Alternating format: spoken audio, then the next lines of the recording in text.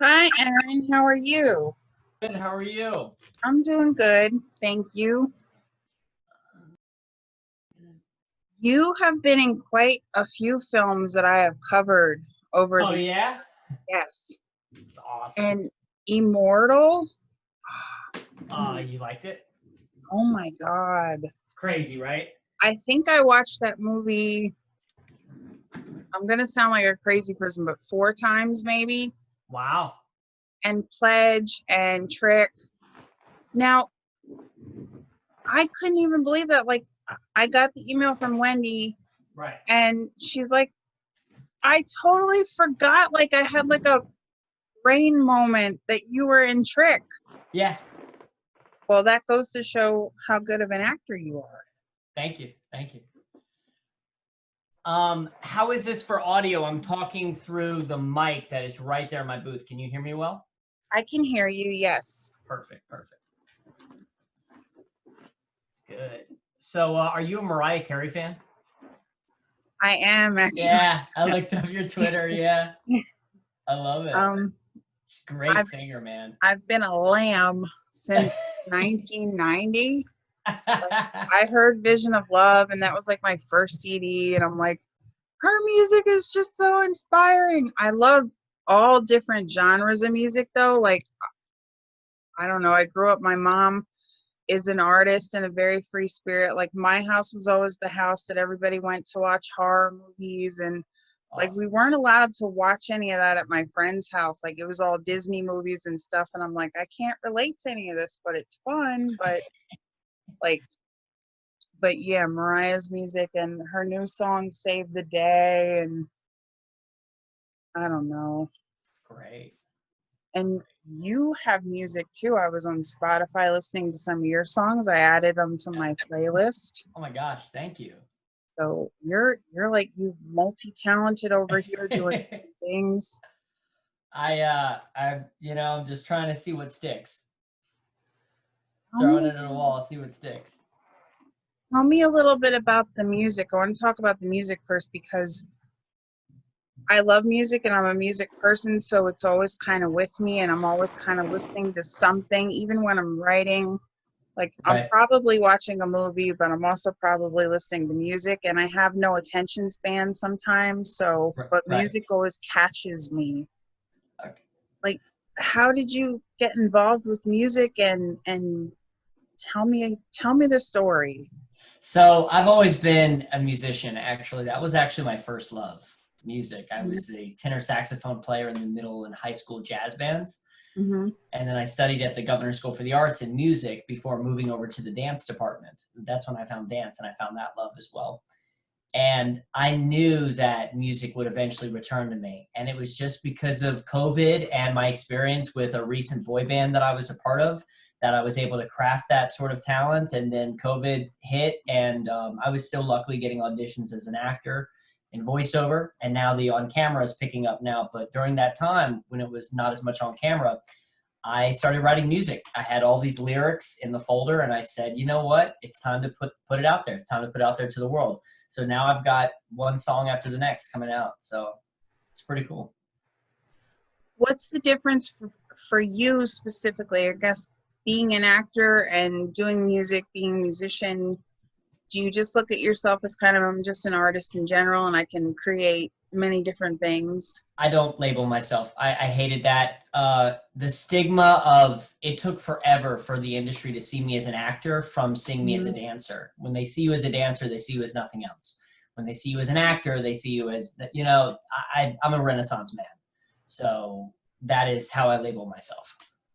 Is that hard to deal with though? Like coming into this, being multi-talented and being able to do different things and then having some dude or lady sitting in a studio going, well, he can only dance. So, but they don't know. I feel like they Very, don't no, know. that's very, very true. And that's why you have to repeatedly show them and say, no, I can do this. I can do this Mhm. through consistency. And then their minds start to change. You have to show someone something 6 times before they do it. That's why advertising for these big movies and stuff, in order for Mhm. people to even see the movie and let them know that they're aware of the movie, they put so much money into advertising just so we keep hitting people with this movie. So it's like, oh, this thing is there. So you just have to keep up that consistency to show who's ever casting that. And it also depends on who's casting. Some casting directors are more open to, oh, they can do all these things, and some are very limited in their scope. So What kind of music do you listen to, and what kind of music did you listen to growing up? I'm a garbage head when it comes to music. I love bands from Metallica to Trivium to classic rock. I was listening to AC/DC earlier today, to, you know, new age stuff, you know, listening to Migos and hip hop, classic hip hop too, like Dre and Jay-Z, Eminem. I listen to Eminem, Linkin Park, and Kanye West were the main influences growing up, and a lot of hard rock as well, like Trapped and Papa Roach, that sort of thing. Very cool. Yeah. Good bands.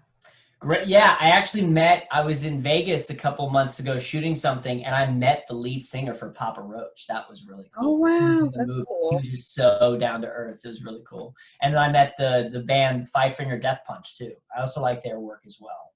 They were very cool. Yeah. You should listen to Mr. Bungle. Lots of good music. Mr. Bungle. I have to. I've not heard of that. Let me put that down real quick. It's Mike Patton's band before he got into Faith No More. Mm-hmm. Mr. Bungle. Mm-hmm. Who is that? Whose band? It's Mike Patton's band. Well, Mike Patton, Trevor Dunn, Trace Bruins, but now they're kind of like, he did a revamp, I guess, and added Dave Lombardo from Slayer, Scott Ian from Anthrax. Trey's still in it. Trace Bruins, Trevor Dunn, and Mike Patton. Do I detect an accent from you? Maybe a little, like, Sicilian. My mom's Sicilian and Southern Italian. It's the Southern Italian, yeah. It might be like, because I'm from Allentown too, and everybody's like, "Are you from New York?" I'm like, "I'm not from Allentown, Pennsylvania." Okay, yeah. Shout out Pennsylvania. Yeah, the Billy Joel song. That's where most people know it from. But that song. He's another influence, Billy Joel. I love Vienna. I love that song. Yeah. But the song Allentown is actually about Bethlehem, because it's about the Bethlehem Steel. But living here in Bethlehem didn't sound as good as, I guess, living here in Allentown. I don't know. I also have like random trivia that's like totally useless knowledge. Totally useless. I don't know. How useless are we talking? Like what I just told you about Allentown, like the Bethlehem. song. Yeah. I try, you know. But yeah, where are you from, and where? I'm from Suffolk, Virginia, southeastern Hampton Roads. Yeah. I want to talk about Immortal. I know I'm off topic, but Immortal. I like that movie because right now I think we're in such a strange situation with COVID and with everything happening in the world, and some things have been happening for a long time, forever, that I guess people maybe don't think about it because they're not they just kind of like, I always think people live in a bubble sometimes, and you have to kind of come out of your bubble and see what's happening. But with Immortal, it kind of showed our actions and everything we do, there are consequences, and, you know, you can't just do the things that you do. You have to kind of think about things. And I really thought this was a powerful movie, and I thought everybody, all of you, did such an amazing job. And Tony Todd and Robin, I mean, I was in tears watching this movie, just thinking. That scene between Tony Todd and his wife, was having to do that, and well, it's also a gift and a curse. We also think about immortality, you know, on to add on what you're saying, is that what would it be like to have immortality? Some people say they want to live forever. That's why Rick Ross makes the joke, I don't want to live forever. I just want to be rich forever. Because living forever and being broke would suck, you know? Could you imagine living forever and seeing everyone you love die? That's got to be heartbreaking. Yeah. kind of like Kane on Supernatural, and well, Lucifer too. That Kane. I love Supernatural. Do you? I love that show. I grew up watching that show with my brother, and him and I would make jokes. I'm Dean and he's Sam. And man, that show, they've pulled out every stop in that show, you know, with every book. And to know that I'm working with the same publicist that represents the guy who plays Lucifer in the show. That is so cool for me. Wow. That's so Yeah, cool. Mark. Yeah, Mark's cool. Yeah, Mark. Yeah. Pellegrino. Yeah. Yeah, I can't believe that show's ending. I just sad. 15 seasons, man. You know what? They honestly were only expecting 5 seasons. I was reading an article that says, you know, 5 season, if the way it reads, it's supposed to end there, but people just love the show so much, they're still tuning in. Mm-hmm.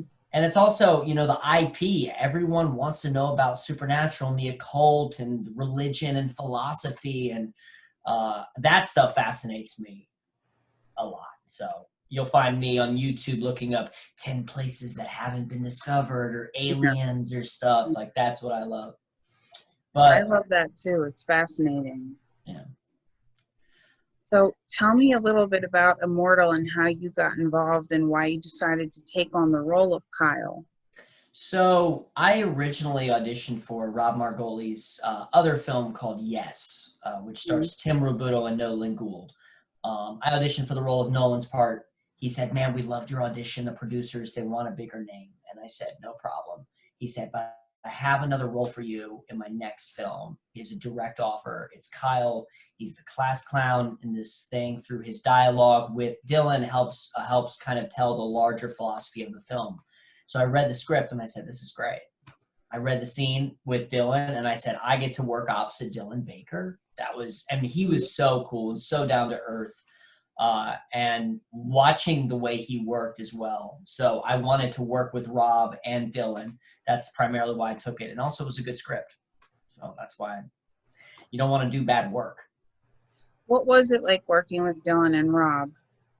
Rob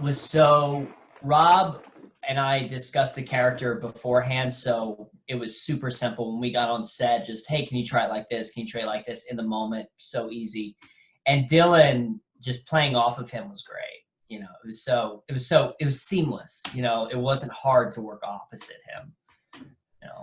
I don't want to give away spoilers at all because I don't like to do that. Even when I write reviews, I don't like to do that. But that movie, that was very tricky because I almost felt for Dylan's character, and I thought, oh, this teacher's he just wants to help, and oh, he's helping all. That's how. That was crazy. Right. And it starts to make you think, man, are all super bad people people who present themselves as villains? Mm-hmm. What if they're the doctor that you see every month for a checkup? They could be a supervillain. I always it's the most unassuming people. Yes. Yeah. And that seems to be in life. The most unassuming people can be sometimes the most wicked.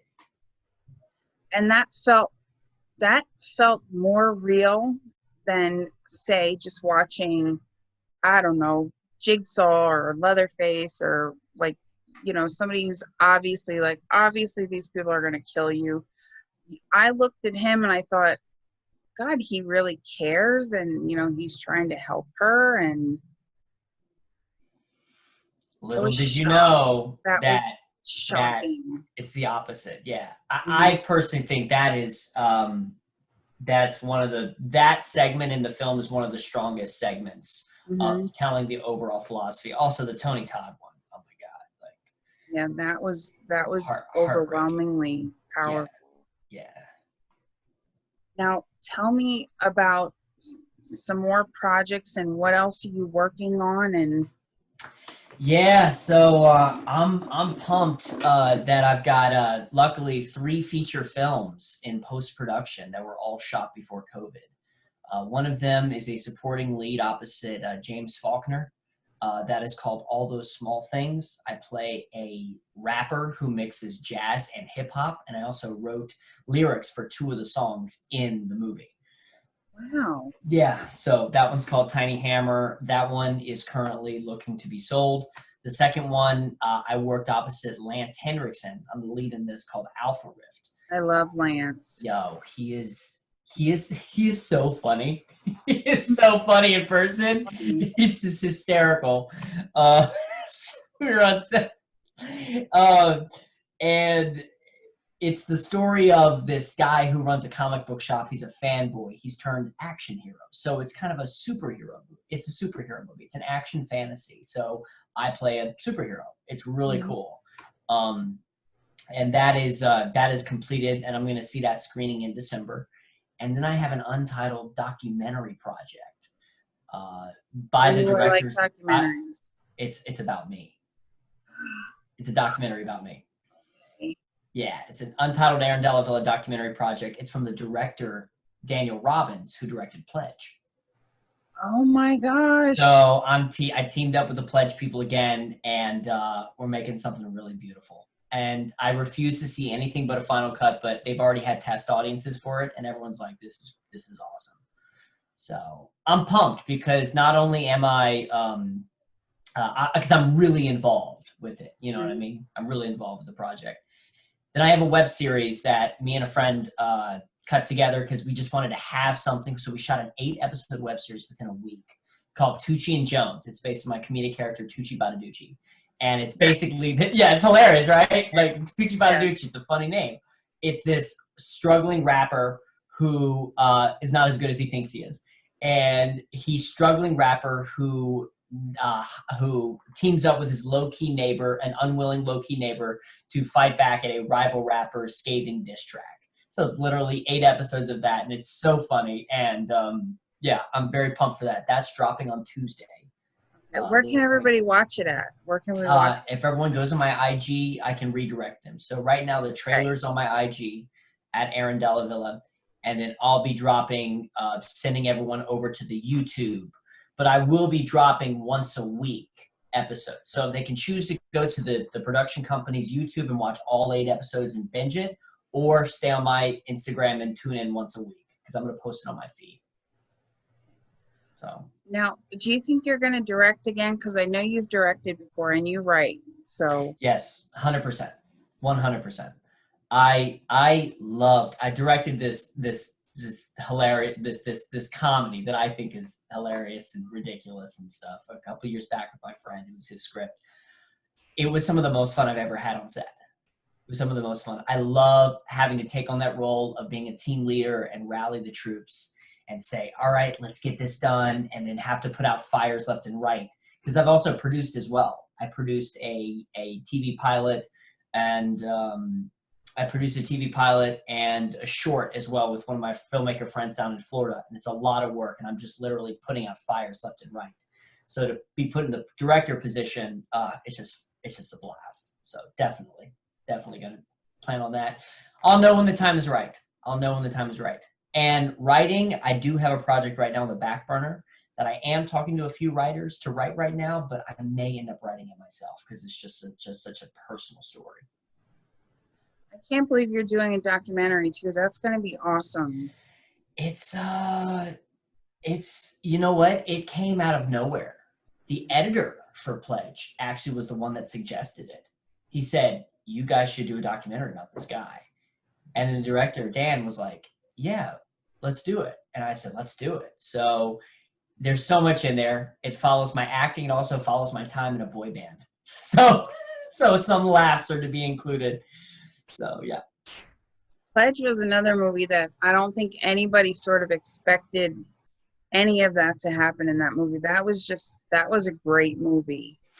I love those kind of sleeper movies where people go into a movie expecting it to be the regular run-of-the-mill kind of college B horror movie, and then they're taken aback with what we achieved in that. And that's why I think Pledge has actually grown in popularity over time, rather than some movies that have like a lot of popularity to start and then fade out.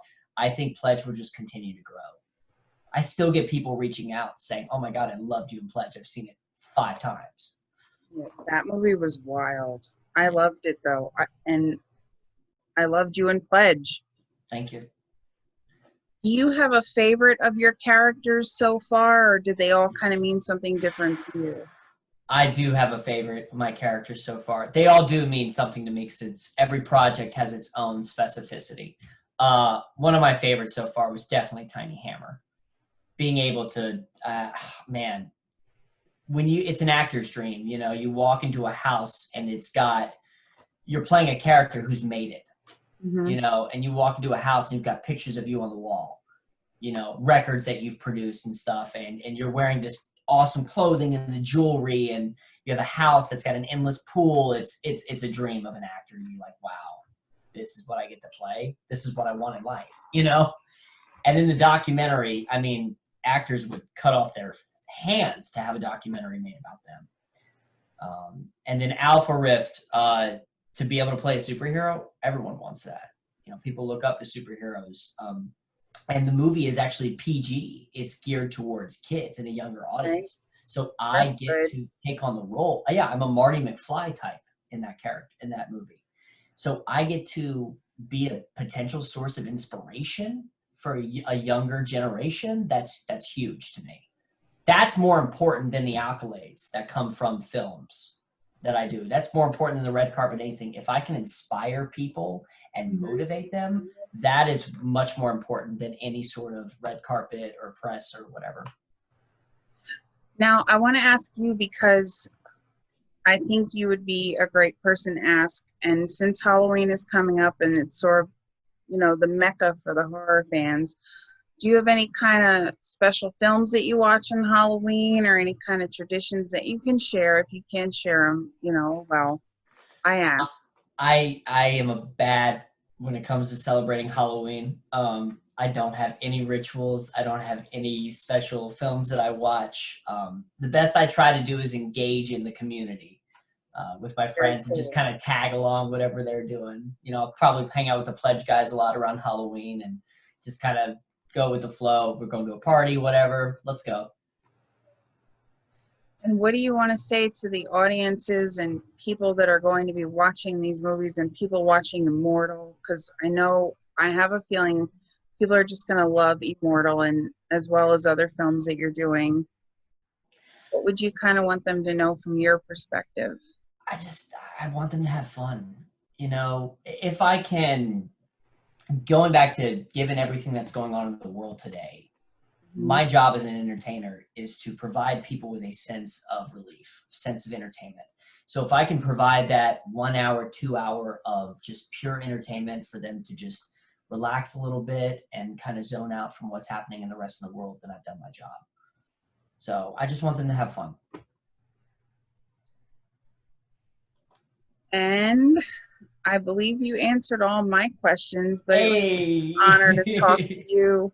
Same. And you're so talented, and you've just been in so many films that I've seen, and Pledge and Trick, and God, those, like, I remember reviewing those films and watching them, and even Trick is like gnarly, and I love Trick is gnarly. Awesome. That turn at the end of Trick, that is a great turn.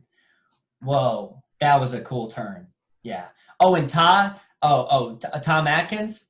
Tom Atkins is so cool. He is so cool. He is. I had a chance to talk to him about that film when it came out, and I got like really dumb. Like I just thought I'm talking to Tom Atkins. Like, what's wrong with me? But he was really kind and very, you know, understanding that I was rambling on, and I thought, God, he probably thinks I'm crazy. Like, what is wrong with me? But I was just nervous because I thought I grew up watching literally every film that he's done. And now I'm talking to him, and it was just a weird, surreal moment. That's awesome. But I do want to ask about kind of the web series. I want to talk a little bit more about that now that I'm thinking. Sure. Do you think you're going to kind of continue on with it, or is it maybe a one-time thing, or are you going to do something more with it? Because I'm thinking about it. It's kind of going around in circles in my head, and I was going to kind of leave it go, but I can't leave it go. If I have a question, I have to just ask. I love that. So with the web series, I wanted to do something with this character.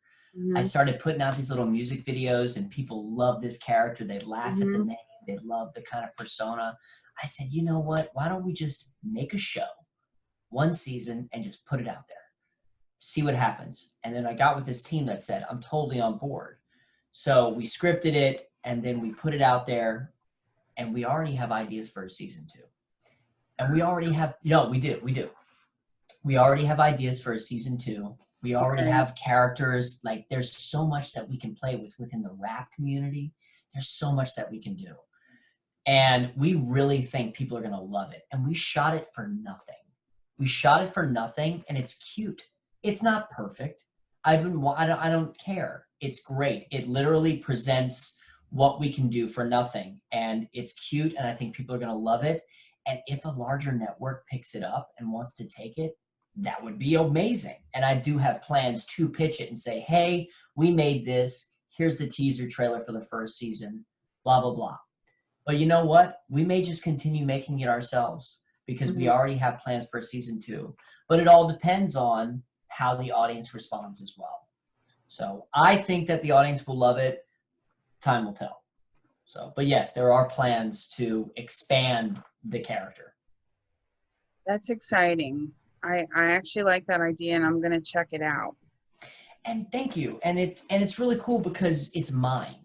You know, it's something that I originated and it's mine. So it's a really special project to me.